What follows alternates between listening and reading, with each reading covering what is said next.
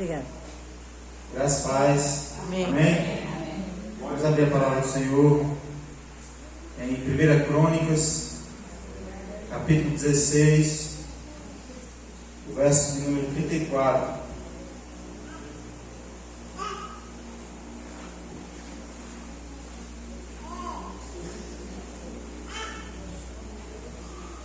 Primeira Crônicas, capítulo 16.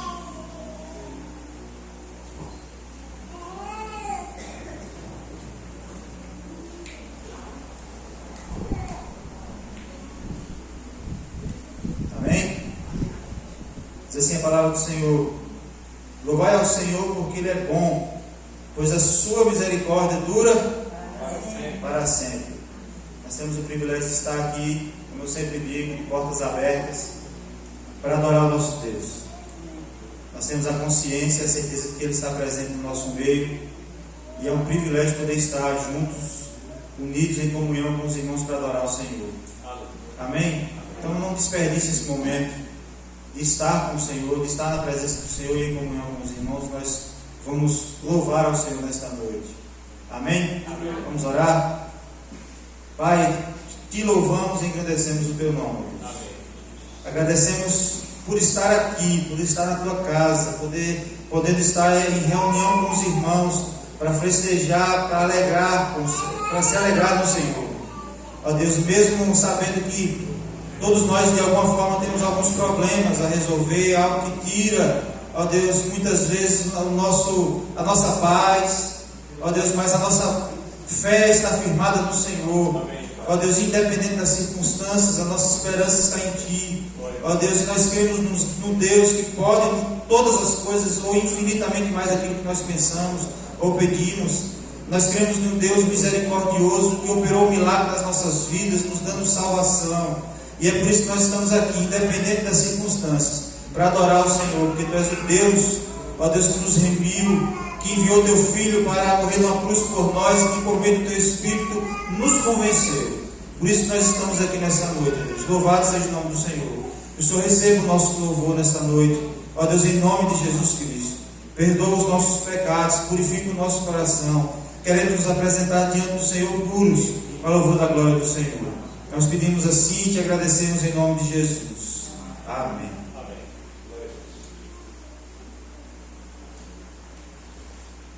Boa noite, a graça e a paz. Amém, irmãos? Amém.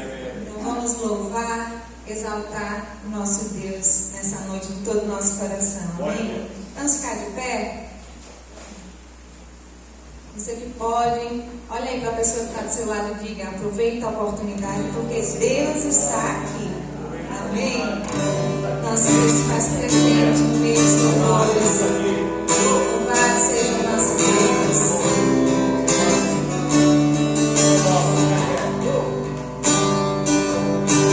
Deus está aqui. Aleluia. Tão certo como o ar que eu respiro, tão certo como a manhã que se levanta, tão certo como eu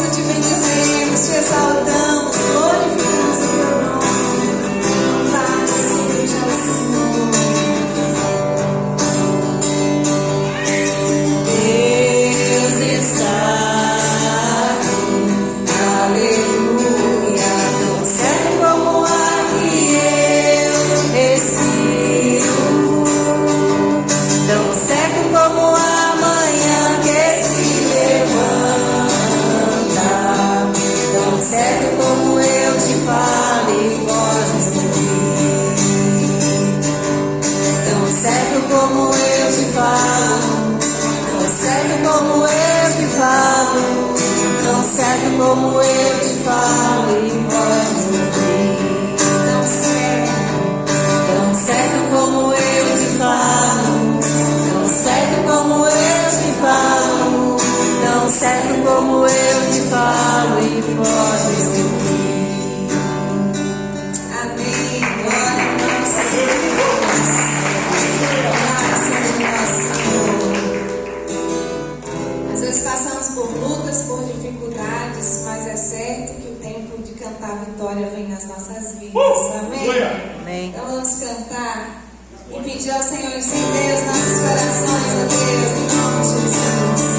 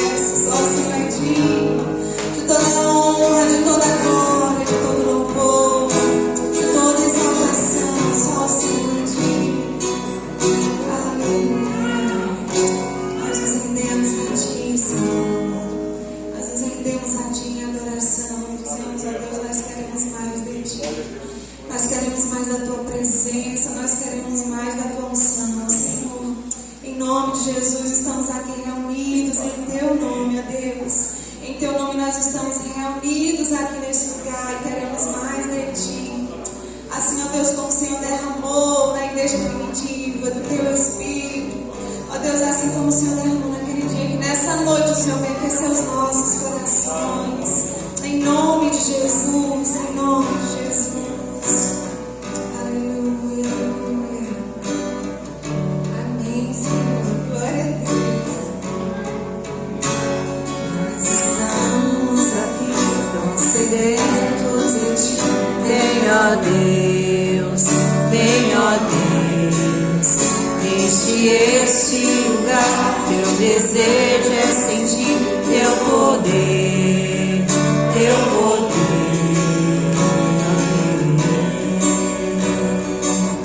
Nós queremos, Senhor, é o desejo do nosso coração. Nós estamos aqui tão sedentos de ti. Vem, ó Deus, vem, ó Deus. Enche este lugar. Teu desejo é sentir teu poder, teu poder. Então vem me incendiar. Meu coração é teu altar. Quero ouvir o som do céu, tua glória contemplar. Nós estamos aqui, nós sedentos de ti. Vem, ó Deus, vem, ó Deus. Este lugar, teu desejo é sentir teu poder, teu poder. Então vem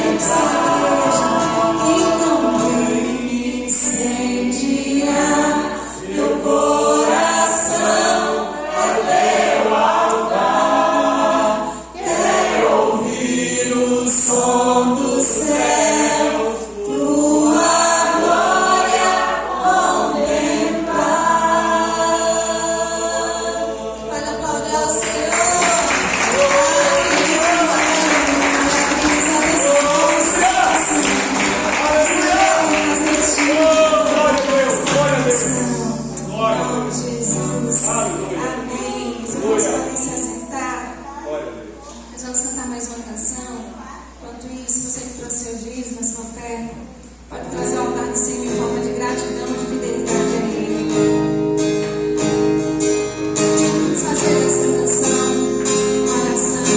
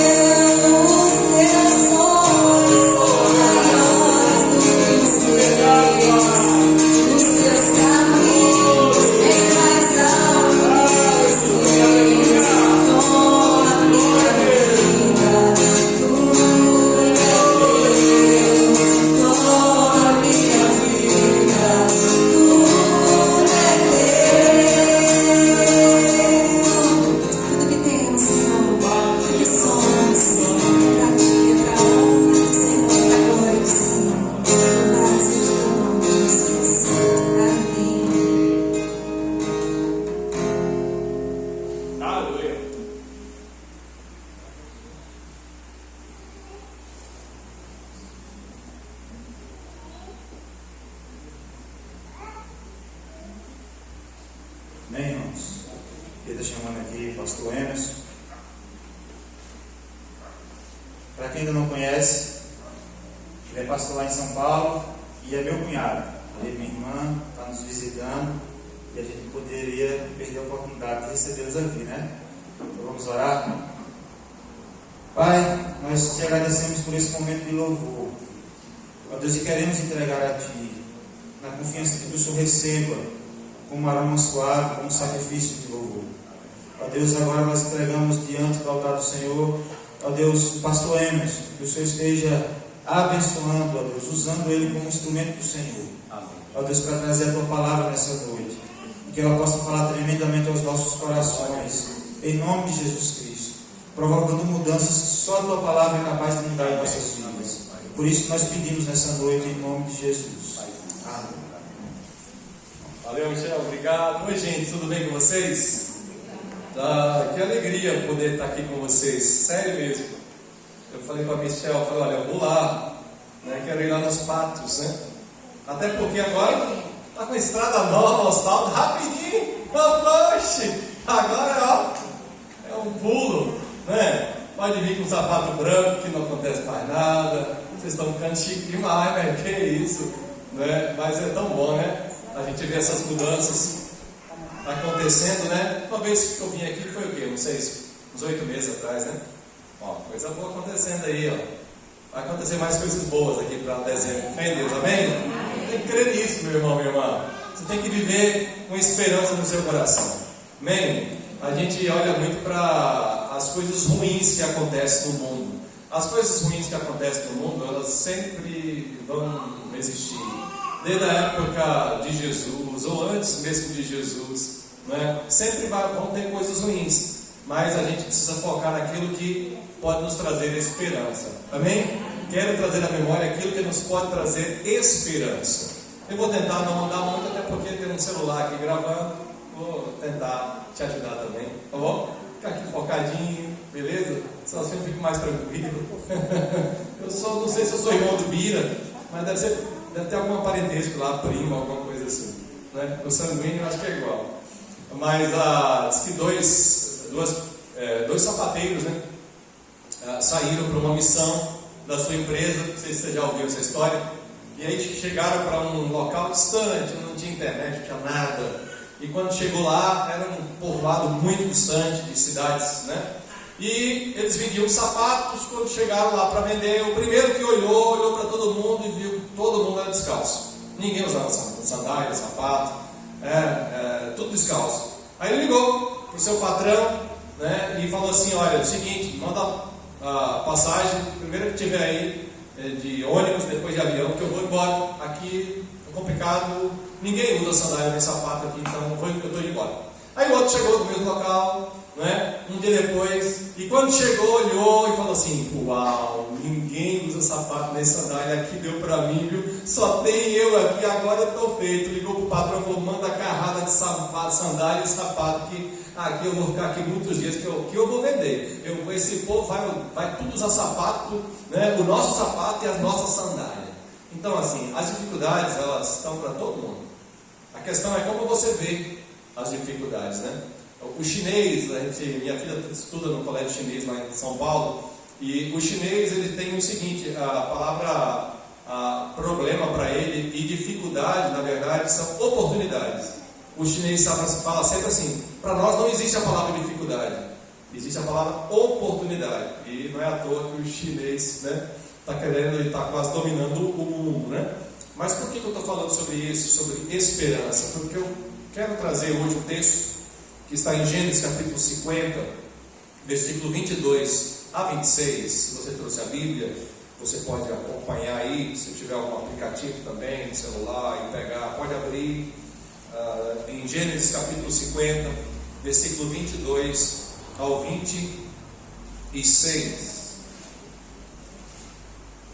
Talvez a minha tradução seja um pouco diferente da sua. Eu costumo usar a Nova Versão Transformadora, uma linguagem que eu acho boa e que ela consegue ser fiel ao texto, né? Tem muitas traduções que saem, distorcem muito o texto, mas a Nova Versão Transformadora, assim como também a Nova Versão Internacional, que é a NVI, ela consegue, né, traduzir de uma forma que a gente não perca muito. Toda tradução você perde, não tem jeito, mas perder o mínimo possível do original.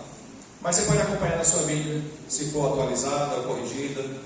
Gênesis capítulo 50, primeiro livro da Bíblia, diz, versículo 22: José permaneceu no Egito com toda a família de seu pai, viveu 110 anos e viu a terceira geração dos filhos de Efraim.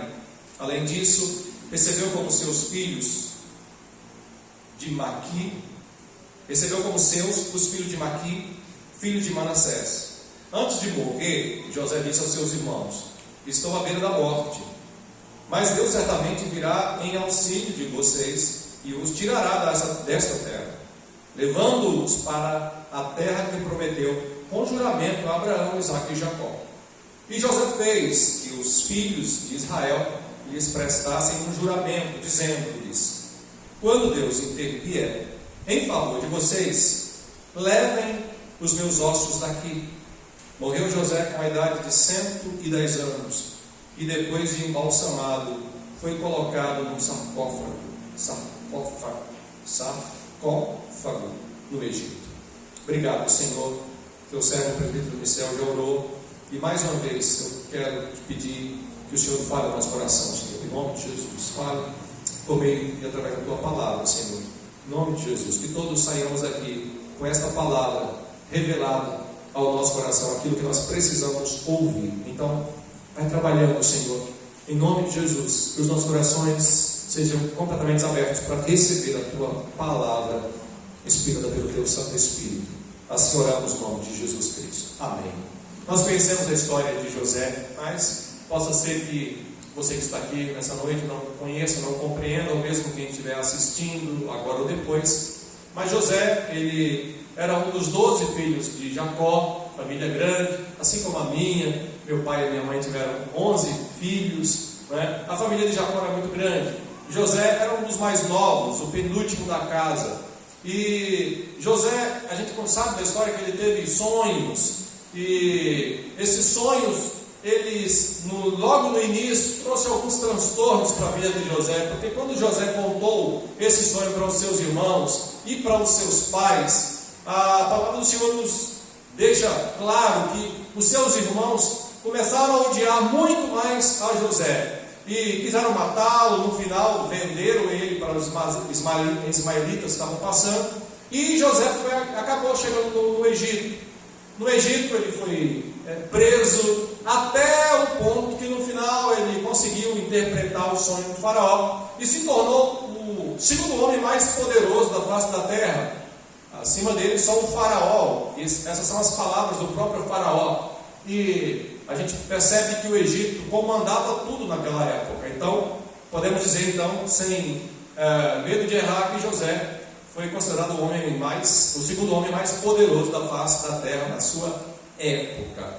Olha que tremendo, né? Como Deus consegue, né, fazer tantas coisas na nossa vida. Há historiadores que chegam a falar que desse processo durou 13 anos, até ele ser vendido e se tornar, então, governador do Egito. Assim como aconteceu com José. Talvez você que está aqui nessa noite, ou esteja acompanhando, me ouvindo, assistindo, você pode também ter passado por algumas dificuldades na sua vida. Alguém pode ter te desapontado, te traído. José passou por tudo isso, né? Traição, indiferença, desprezo e injustiça. Talvez você que está aqui nos ouvindo pode pensar assim: nossa, eu já passei por isso, ou estou passando por isso. Então, eu gostaria de falar para você que assim como houve esperança para José, há esperança para nós. Amém? Há esperança para você. Então, como o título da minha mensagem nessa noite é: Deus não desiste de você. Você pode dizer: Deus não desiste de mim? Diga: Deus não desiste de mim. Glória a Deus por isso, né? Então, o Deus que não desiste de nós, né? Como então José conseguiu superar tamanhas adversidades? Em primeiro lugar, mantendo a sua fé inabalável. Olha o versículo 5 a 10 do capítulo 37 de Gênesis. Volta um pouquinho, você estava no 50. Volte agora para o 37. Eu vou ler enquanto você vai abrindo para a gente ganhar tempo. Gênesis 37, versículos 5 a 10 diz: ouçam o sonho que tive, disse-lhes. Estávamos amarrando os peixes de trigo no campo, quando o meu peixe se levantou e ficou em pé, e os seus peixes se ajuntaram ao redor do meu e se curvaram diante dele. Seus irmãos lhe disseram: então você vai enredar sobre nós? quer dizer que você vai governar sobre nós? E o odiaram ainda mais por causa do sonho e do que tinha dito. Depois teve outro sonho e contou aos seus irmãos: tive outro sonho, e desta vez o sol e a lua e 11 estrelas se curvaram diante de mim. Quando o contou ao pai e aos irmãos, o pai o repreendeu e lhes disse: que sonho foi esse que você teve? Será que eu, sua mãe e os seus irmãos viremos a nos curvar até o chão diante de você? Como eu falei, José teve esse sonho e ele contou para os seus irmãos. Depois ele contou novamente, agora não só para os seus irmãos, mas para os seus pais. E o texto diz, a própria palavra do Senhor diz que os seus irmãos o odiaram muito mais, ou seja, já odiava como José, mas passou a odiar muito mais, não é? Quando eu preguei essa mensagem lá há poucos dias em São Paulo, antes de ir embora, um candidato a presbítero lá da nossa igreja, né, falou assim: pastor, então eu acho que não é bom a gente contar os nossos sonhos para os outros, não, né? Aí eu falei para ele o seguinte, eu falei: olha, em tudo a gente precisa da direção do Senhor e do Espírito Santo, para contar ou não contar alguma coisa. Não é porque é de Deus que você vai contar. Tem coisa que você tem que guardar no coração, como Maria. A Bíblia fala que Maria guardava as revelações do Senhor e do anjo, né, enviada por Deus, no seu coração, até esperar o tempo de cumprir. Mas José, depois a gente vai ver durante a mensagem, que ele realmente tinha que contar, até porque Deus estava no processo, aquilo tudo, então ele precisava contar, né? Aí você fala assim: mas ele contou e coisas terríveis aconteceram na vida dele. Mas em tudo você precisa da direção do Espírito Santo, se você conta ou não, tá? Então, nunca você pega o texto e fala: tá vendo, não vou contar nunca os meus sonhos, porque você vai ver que Maria guardou, mas José, ele contou os seus sonhos. Só que você tem que tomar realmente cuidado para saber se é Deus que está te levando a contar os teus sonhos ou não, tá? Mas o certo é o seguinte, meu irmão, minha irmã: a despeito de qualquer coisa que aconteça, você precisa permanecer firme no Senhor. Você precisa permanecer com a sua fé firme no Senhor. Hoje nós vemos muitas pessoas desistindo da fé, qualquer coisa que aconteça. Eu já vi gente desistindo da fé. Uma vez eu conversava com uma pessoa, eu falava assim: mas por que você não está firme com Deus? Por que você deixou a igreja, abandonou ao Senhor e tudo mais? Pastor, porque eu orei muito pela a conversão do meu pai. Meu pai bebia muito, e quanto eu mais orava, mais ele bebia. Aí eu desisti e cansei, né? Então, meu irmão, minha irmã, não desista se alguma coisa aparentemente possa piorar. Até porque a semana passada eu conversava com um irmão lá, uma irmã está passando por umas dificuldades lá, e ela falou assim: mas pastor, agora que eu decidi jejuar e orar, com tantas coisas ruins acontecendo na minha vida, muitas coisas ruins acontecendo na minha casa, eu falei: agora que você não pode desistir, agora que você tem que ficar firme, porque o diabo, ele tentou Jesus no deserto 3 vezes. Você acha que ele não vai tentar a gente? Ele vai tentar, mas você vai ficar firme e resistir ao diabo, e ele fugirá de vós. Não perca a sua fé. E ela falou: pastor, eu estava tentando a perder a fé, mas agora que eu vou buscar. Isso mesmo, enche seu coração de fé, tenha uma fé inabalável e firme a sua fé no Senhor, a despeito de qualquer coisa. O salmista Davi, ele fala o seguinte: pode estourar contra mim uma guerra, eu confiarei no Senhor. Amém? Então, José, ele conseguiu manter, superar todas essas adversidades, porque ele manteve a sua fé inabalável. Mantenha a sua fé inabalável. Amém? Não deixe a sua fé se enfraquecer a ponto de você desistir, mas permaneça firme na sua fé. E José, ele permanece na firme, mesmo os seus irmãos o odiando muito mais, mesmo os seus pais o repreendendo, e acontecendo tudo o que aconteceu na vida de José, ele ainda permaneceu firme. Olha o que Gênesis 39, mantenha a sua Bíblia aberta, aí a gente vai ler a Bíblia aí por uma semana, tá? Gênesis 39, versículo 2 e 21. Diz assim, 39:2: o Senhor estava com José, de modo que este prosperou e passou a morar na casa do seu senhor egípcio. Mas o Senhor estava com ele e o tratou com bondade, concedendo-lhe a simpatia do carcereiro. Aleluia! Depois que ele foi tentado pela mulher, de Potifar, injustamente preso, na prisão ali no Egito, a Bíblia fala que o Senhor estava com José. José de maneira nenhuma se revolta contra Deus, mas lá na prisão, a Bíblia fala que Deus o abençoava. Você já imaginou isso? Tem gente que fala assim: Emerson, se Deus me colocar numa posição tal, aí eu vou servi-lo com alegria. Se Deus me der um salário tal, aí eu vou servi-lo com alegria. José está servindo na prisão, e a sua fé manteve firme na prisão. E na prisão Deus o abençoava. O texto diz que Deus o abençoava. Amém? Ele não perdeu a sua fé e Deus o prosperou. O carcereiro ia tomar um café e falava assim: José, toma conta aí da galera. E aí José: deixa comigo, pode ir lá tomar um café, deixa comigo aqui. E ele tinha o respeito de todos os presos. Ele não perdeu a sua fé. Santo Agostinho, ele afirmou o seguinte: fé é acreditar naquilo que não vemos, e a recompensa da fé é aquilo em que acreditamos. Amém? Creia, meu irmão, creia, e a recompensa vai ser aquilo que você crê. Deus vai fazer em nome de Jesus, para a sua glória e para o seu louvor. Aleluia! Como então José conseguiu superar tamanhas adversidades? Em segundo lugar, não deixando a amargura entrar no seu coração. Olha Gênesis 45, versículo 1 a 3. Gênesis 45, 1 a 3. Quando você abre, eu vou tomar mais um gole de água. Gênesis 45, 1 a 3. A essa altura, José já não podia mais conter-se diante de todos os que ali estavam, e gritou: façam sair a todos. Assim, ninguém mais estava presente quando José se revelou aos seus irmãos.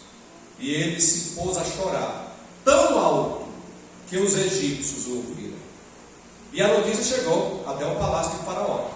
Então disse a José aos seus irmãos: eu sou José, meu pai ainda está vivo. Mas os seus irmãos ficaram tão pasmados diante dele que não conseguiram responder. Houve uma grande fome no Egito. José interpretou os sonhos de Faraó, que dá esses espigas de milho, tantos gordas como magras, das vacas magras e mirradas, que era o mesmo sonho. José então falou: vai ter 7 anos de fartura, mas vai ter 7 anos de escassez. E falou para Faraó o que tinha que fazer, colocar um administrador e tudo mais. E a gente percebe aqui que passou-se os 7 anos de fartura, 7 anos de escassez. José foi nomeado para ser o responsável, o administrador de tudo isso. E a fome bateu em todo o mundo. Chegou então os hebreus, e eles foram até lá, para o Egito, atrás de comida. Quando a família toda de José, os irmãos, na verdade, estão diante de José, sem saber que era José. Depois você vai ver tudo que aconteceu ali. Eu estou tentando resolver o máximo possível. A história de José é muito grande, tá? Há umas viagens que eles fazem, um copo lá que José criou uma estratégia lá para poder eles voltarem, para poder prenderem eles, e tudo foi estratégia de José. Mas há um momento que José, ele manda todo mundo embora porque ele não aguenta, e ele chora tão alto que os egípcios ouviram de longe. E isso chegou aos ouvidos de Faraó, o que tinha acontecido. E então José agora, ele trancado, só ele e os irmãos, ele diz: eu sou José. E todos ficaram assim, pasmados, sem dizer uma palavra. Por quê? porque eles tinham tentado matar, jogado na cisterna, vendido. Talvez estava passando um filme na cabeça de José, de tudo que ele passou nesses anos todos, e agora ele se revela para os seus irmãos, e os seus irmãos ficaram pasmos de medo de José, porque eles sabiam do poder que José tinha agora, da autoridade que José tinha agora abaixo de Faraó. Era ele quem mandava em tudo, tinha uma carruagem só para José andar. E agora José, ele tem a oportunidade de devolver aos seus irmãos pior do que os seus irmãos fizeram. Ele tem a oportunidade de fazer o que quiser, de prender, de mandar dar uma surra, de matar, de fazer o que quiser. José foi vendido como um animal por seus irmãos, foi caluniado pela mulher de Potifar, não foi lembrado pelo copeiro quando ele interpreta o sonho do copeiro, e mesmo assim José não deixou amargurar o seu coração. Você está entendendo, meu irmão, minha irmã? A palavra do Senhor para o nosso coração essa noite. Como é que está o seu coração? Você que está me ouvindo, como é que está o seu coração, me vendo? Como está o nosso coração? A gente tem que tomar cuidado, porque a gente deixa o nosso coração se amargurar por pouca coisa. E são pequenas coisinhas que vão amargurando o nosso coração. Talvez alguém da família que falou alguma coisa. Talvez um irmão, uma amiga, um amigo que falou alguma coisa e você foi gerando. Às vezes até uma fofoca. Alguém disse que fulano disse que o outro disse, e aí você fala assim: eu bem que realmente pensava que, olha, é isso mesmo, essa pessoa não gosta de mim, olha o que disse, nem sabe se isso foi verdade, mas isso vai criando amargura no coração. Hoje eu converso com pessoas, e talvez você converse também, tanta gente que estão amarguradas. Houve uma pesquisa recente que acho que uns 40% dos evangélicos que já foram de igreja hoje estão desigrejados. É uma grande porcentagem de gente desigrejados. E quando você vai olhar para um desigrejado, você pode ter certeza que ali há uma amargura no coração, porque o pastor fez isso, porque o pastor falou aquilo, porque a liderança me tratou assim, porque meu irmão da igreja me fez isso e isso comigo. Porque eu não fui ouvido. Porque eu não estou falando que nesses casos a pessoa possa estar certa ou não. Às vezes ela pode estar certa, sim. Talvez realmente aconteceu isso. Mas com José, talvez aconteceu bem pior do que já aconteceu com você ou comigo. Ou até, quem sabe, venha acontecer algum dia. Talvez você fale assim: mas pastor, você não conhece a minha vida. Você não sabe quantas traições eu já passei, quantas provas eu já passei, quantas vezes eu já fui magoado, decepcionado, quantas vezes eu confiei e a pessoa me retribuiu mal. Mas meu irmão, minha irmã, José não deixou que nada disso amargurasse seu coração. Provérbios diz, Salomão fala o seguinte: sobre tudo que se deve guardar, guarde o teu coração, porque deles procede a fonte da vida. Se eu não me engano é 16:24. Guarde o seu coração, porque tudo vai proceder do coração. Tudo procede do coração. Então cuidado com as pequenas amarguras.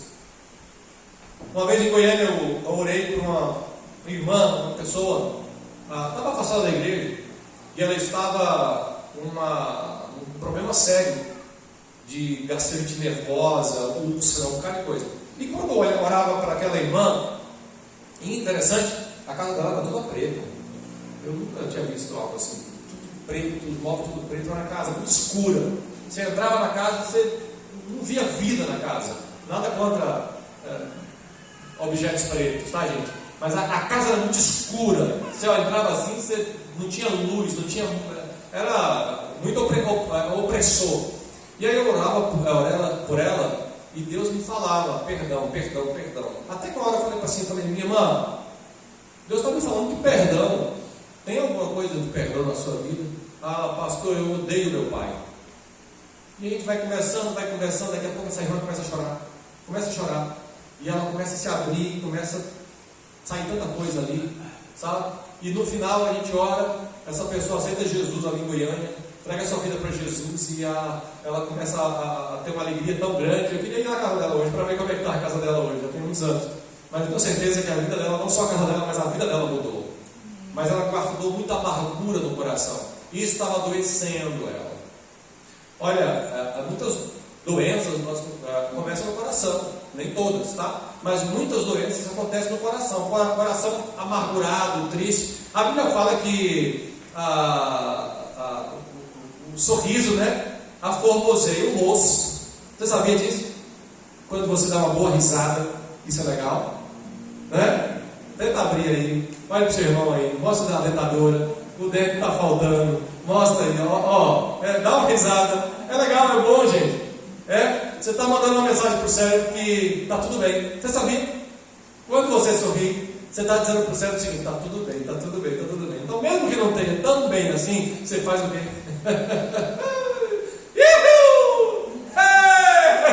Como diz meu pai quando dá uma risada. Aí o cérebro está o quê? Está tudo bem, está tudo bem. E aí vai mandar uma mensagem para o teu corpo: está tudo bem. Daqui a pouco o seu corpo vai ficar tudo bem, né? E você está tudo bem. Então abre o sorriso, amanhece o dia e fala assim: dia maravilhoso, aleluia, glória a Deus, vamos embora para mais um dia. Mas não tem gente que levanta: dia terrível, olha, meu Deus, que sol terrível, ou então que frio terrível, ou então que dia nublado e nada bom, tudo está terrível, tudo. Não, meu irmão, se alegre e tome cuidado para a amargura não entrar no seu coração, né? Não deixe o seu coração. Eu ouvi uma mensagem do pastor Walternon uns 300 anos atrás, brincadeira, mas tem muito tempo, e ele falava: não deixe o seu coração se azedar. Cuidado, essa escolha foi cabelo de fogo, não um desejo, mas não deixe o seu coração se azedar, tá bom? Não deixe o seu coração se azedar. Terceiro lugar, como então José conseguiu superar também as adversidades? Não tendo medo de recomeçar. Amém? Gênesis 41, 40, 43. Deixa eu dar tempo para dar um grito. Você terá o comando do meu palácio, e todo o meu povo se sujeitará às suas ordens. Somente em relação ao trono serei maior que você. E o faraó prosseguiu: entrego a você agora o comando de toda a terra do Egito. Em seguida, o faraó tirou do dedo o seu anel de selar e o colocou no dedo de José. Mandou-o vestir linho fino e colocou uma corrente de ouro em seu pescoço. Também o fez subir em sua segunda carruagem real. E à frente os arautos iam gritando: abra o caminho! Assim José foi colocado no comando de toda a terra do Egito. Você pode falar assim: uau! Diga uau, mais bonito, né? Fala assim: uau! É isso aí, Pietro, obrigado, Pietro. Encontrou um picolé. Isso aí, uau! Como assim? Que reviravolta! Não é? Que reviravolta!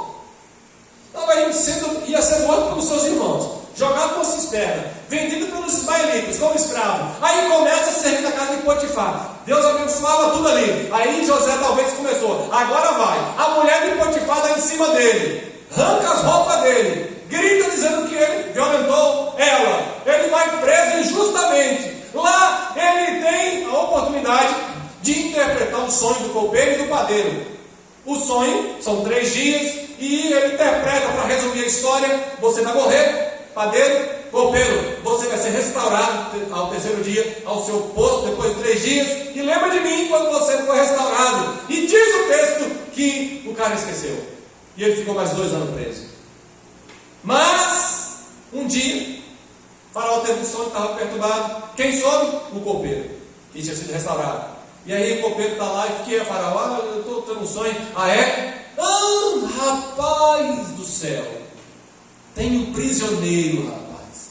Agora que eu estou lembrando, olha como é que eu pude esquecer. Agora que eu estou lembrando, ele interpretou o meu sonho e o sonho do padeiro. O padeiro hoje, né, os passarinhos comeram. Mas eu estou aqui, rapaz, ele interpretou certinho. Eu acho que ele interpreta o seu, hein? Manda chamar esse cara.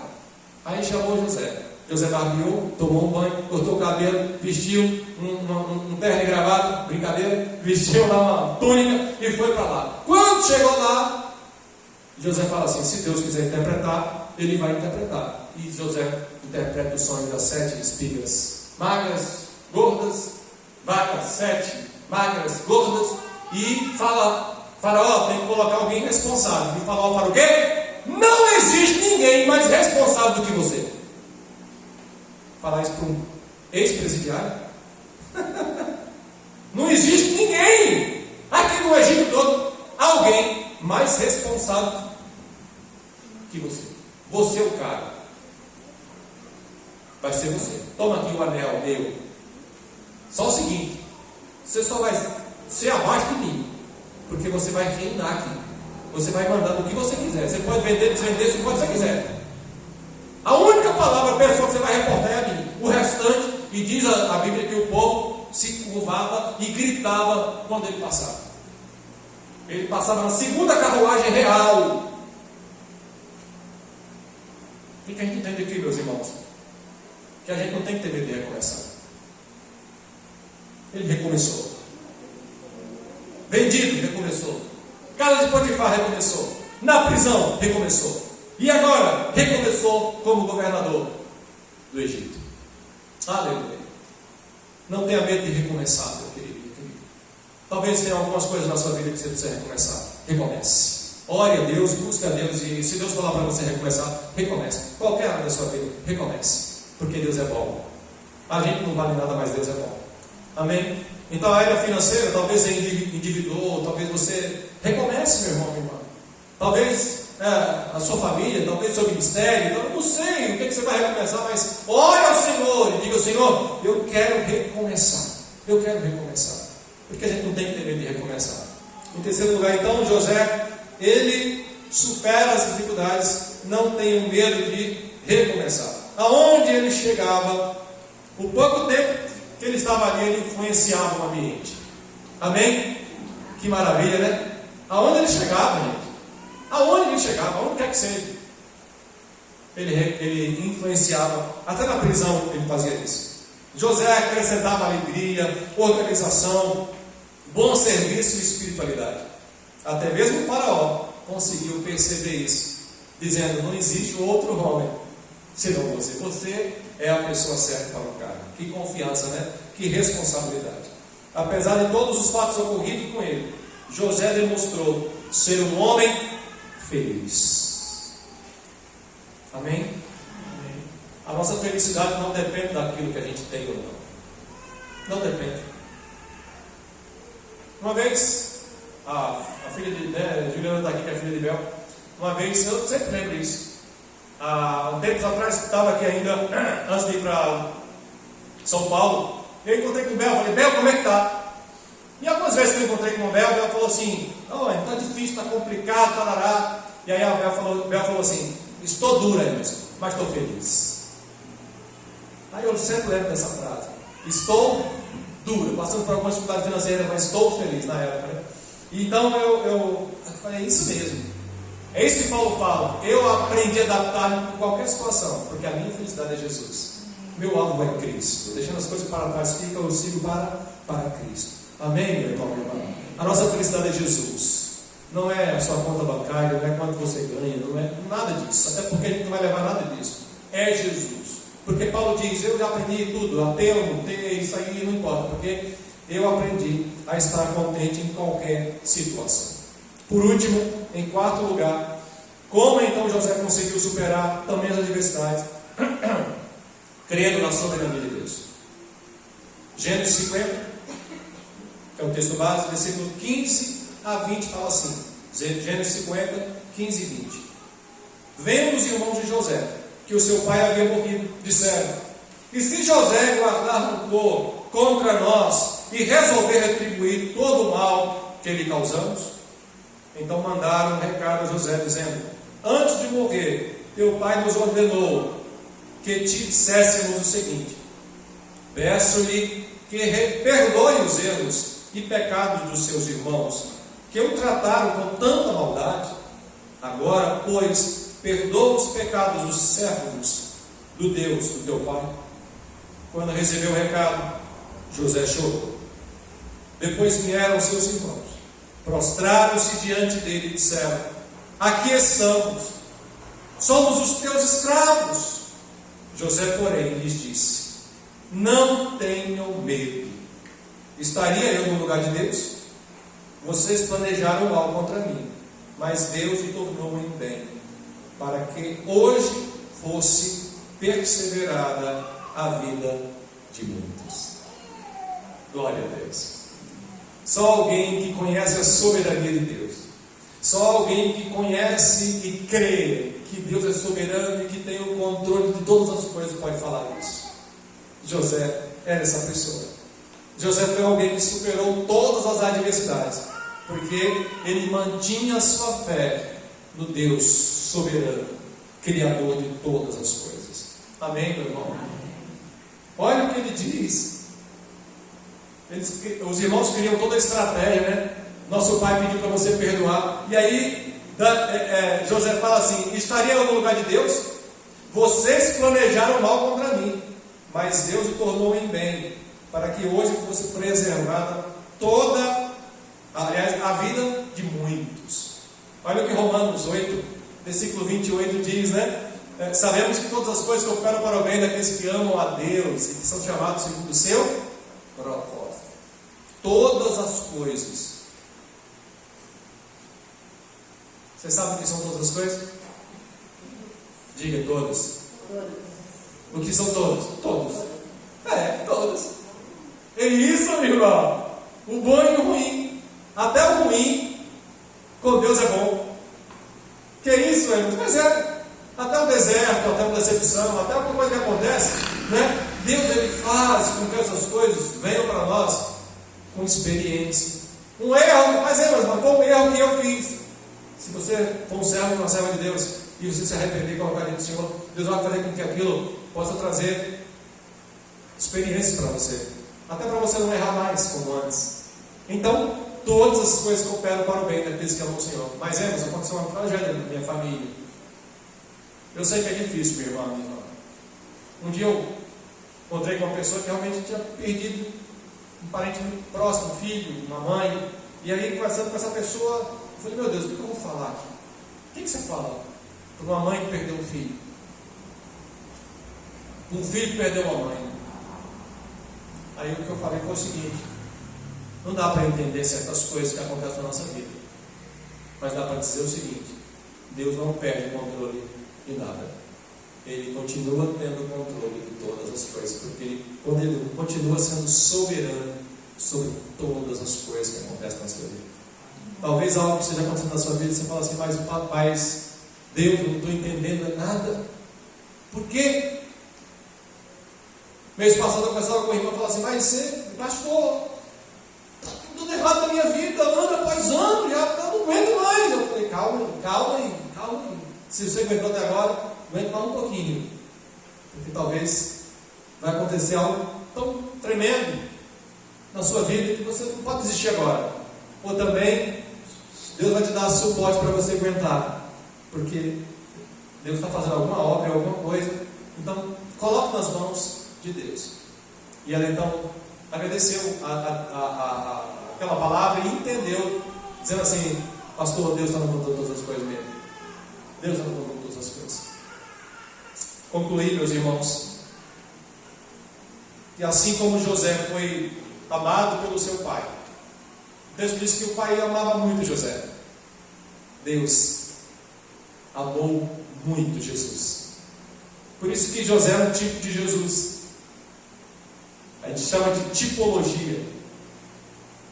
Sem forçar, né? A gente olha para o texto e a gente vê como se parece. Porque o pai, como eu disse, amava muito José. E Deus amava muito Jesus. Diz: esse é meu filho, em quem eu amo, em quem eu tenho prazer. Mas também é tipo de Jesus, porque José foi rejeitado pelos seus. Jesus também foi rejeitado pelos seus.